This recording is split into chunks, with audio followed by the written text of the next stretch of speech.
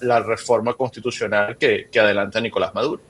Sí, en esa medida, Eugenio, esa, digamos, como desconcentración que tiene la oposición o ese foco que no está precisamente en las prioridades ha hecho que se divida más la oposición. ¿Qué tan dividida están esos sectores hoy de cara, por ejemplo, a estas elecciones regionales? Está muy dividida la oposición venezolana, creo que no solamente a lo interno, dentro de los distintos grupos que permanecen en el país, sino la clase política dentro de Venezuela con la clase política fuera del país. Hay una división importante, creo que lamentablemente hay que decir que la unidad política en Venezuela depende de los eventos electorales de envergadura. La elección presidencial del 2024 es el mejor ejemplo.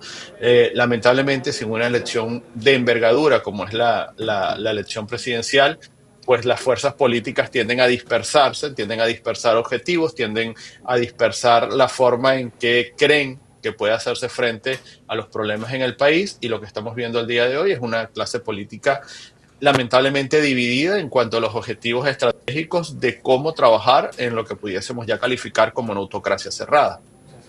¿Y hay posibilidad de retomar esa cohesión? Es decir, o ya digamos esa motivación que se dieron para esas elecciones presidenciales se está diluyendo tanto hasta el punto de no lograr nuevamente una cohesión y lastimosamente mantener esa misma división, esa fractura. No es la primera vez que la oposición venezolana está dividida en torno a un objetivo estratégico.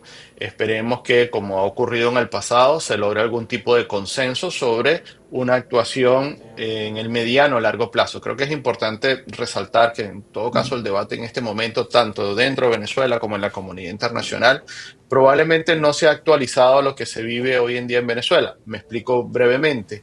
Hasta la elección presidencial del año 2024, Venezuela era una autocracia electoral y era tratada como tal por la oposición y por la comunidad internacional. A partir de la elección presidencial, hemos dado la transición de una autocracia electoral a una autocracia cerrada, con lo que eso implica, tanto para el devenir de los derechos humanos como el ejercicio de los derechos políticos. Entonces, toda la discusión estratégica de la oposición tiene que adecuarse a el trabajo que tiene que hacerse dentro de una autocracia cerrada, que es totalmente diferente a lo que se permitía hasta las elecciones presidenciales del año 2024. Eugenio, has manejado diferentes elecciones en el país, has manejado diferentes, has analizado durante muchísimos años el tema electoral en Venezuela, tanto dentro como fuera del país. Has fiscalizado, has estado detrás del tema, has manejado muy bien las circunstancias en cuanto al tema político y a los propios personajes que se vinculan a esto. Te quería preguntar, antes de las elecciones presidenciales, ¿qué tanta era la confianza de la oposición y del venezolano que estaba fuera del país sobre el sistema electoral? Y hoy, luego de lo sucedido, ¿cómo está ese aspecto? Porque también eso puede ser importante en función del llamado a votar en las próximas elecciones. Bueno, vamos a verlo de esta manera. Primero, los venezolanos desde hace mucho tiempo votan a pesar del Consejo Nacional Electoral, a pesar de la autoridad electoral. Si en las elecciones presidenciales del año 2024 vimos una participación que fue cercana al 80% de los ciudadanos que estaban dentro del país, al día de hoy, si se le pregunta a los ciudadanos si están dispuestos a votar en las elecciones que han sido convocadas para el mes de mayo, parlamentarias y regionales, apenas el 34% te dice que está dispuesto a votar. Y si se analiza ese grupo que dice que está dispuesto a votar, la amplia mayoría son las personas que se identifican de alguna manera con Nicolás Maduro. Al día de hoy, las elecciones de mayo es un proceso que solamente convoca en su amplia mayoría a los ciudadanos que aún se sienten identificados con Nicolás Maduro. Es decir, Eugenio, que digamos ya, además de también de la desconfianza de lo que pasó en el año pasado, pues también está generando impacto esa división de la misma oposición, que unos invitan a votar y otros dicen que no hay ninguna garantía, pues incluso que ni siquiera vayan a movilizarse esos días en esas jornadas electorales. Lo más probable es que tengamos unas elecciones con muchos candidatos. Bueno, se van a escoger cerca de 550 cargos de elección popular.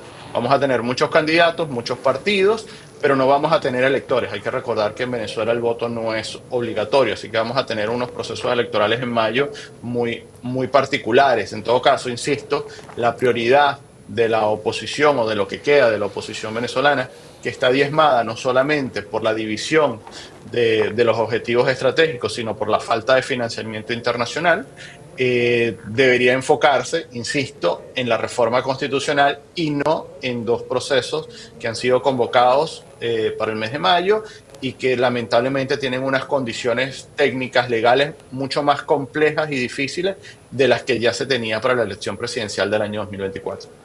Eugenio, una de las banderas del gobierno del Estado venezolano durante los últimos 20 años ha sido, digamos, la solidez del sistema como tal, del sistema, de la fiabilidad que representa el sistema, incluso para el mundo entero. ¿Sigue siendo hoy en tu lectura, Eugenio, el sistema democrático venezolano en cuanto a las elecciones un sistema confiable, un sistema fiable? El sistema técnico, el sistema automatizado de voto se hizo pensando en hacerlo lo suficientemente robusto para que no fuese posible manipularlo. Y es tan robusto que cuando se intentó manipular un resultado, que es el año 2024, fue muy sencillo demostrar que la autoridad electoral estaba anunciando un resultado diferente al que había contabilizado el sistema. El problema de ahora en adelante es que sin recursos humanos y sin recursos económicos, sin recursos humanos, porque la mayoría de las estructuras de control electoral o han abandonado el país o están detenidos o son presos políticos en algunos casos, la ausencia de infraestructura humana para hacer auditoría del sistema automatizado y el problema de financiamiento para incluso construir redes de control electoral hacen